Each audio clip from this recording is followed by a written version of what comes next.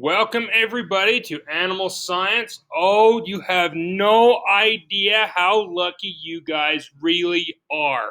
I was racking my brains trying to figure out what on earth am I going to do for animal science during this crazy time.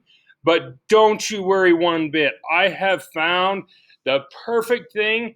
I have a slideshow presentation about the poultry industry, and I kid you not, it is 321 slides long. So we are going to have a marathon of 5-minute videos that is dedicated all to the production of chicken and eggs.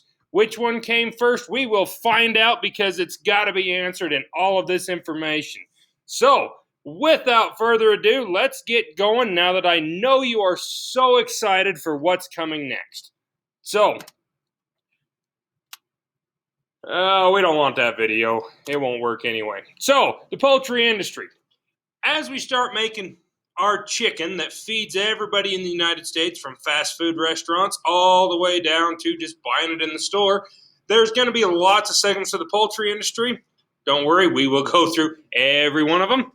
But they are usually all interlinked and many times are owned by the same company. Let me get my pen available so that I can show you these things. Pen. Same company. We're going to look at that in a second. This is called vertical integration. If you're taking notes, that's the word of the day right there. Vertical integration. What is vertical integration? It's a style of business management that allows for maximum control of the products produced. If you was to think of it as a ladder, you have each rung of the ladder as a different segment. Each segment below is going to supply to the next one up, and then so on and so forth until we get to the last one, which is going to be you, the consumer. So it's like a hierarchy of needs that are met within one company. This allows the poultry industry to develop their product efficiently and to produce a high-quality product.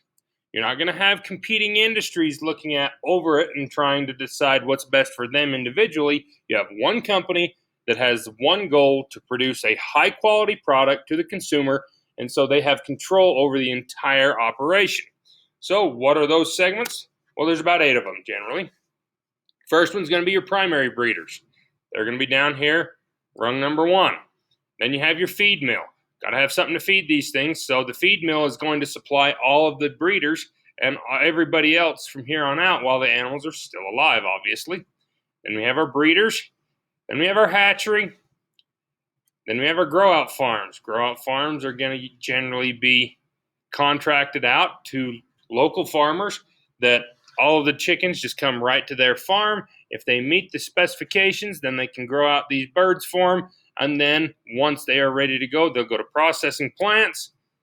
And then some further processing might be necessary, and then transportation and marketing. The first one, the primary breeders, their responsibility is to develop and reproduce strains of chicken that meet the requirements of chicken producers and processing companies. They are going to be very responsible for the DNA and making sure that they have a high-quality genetic product.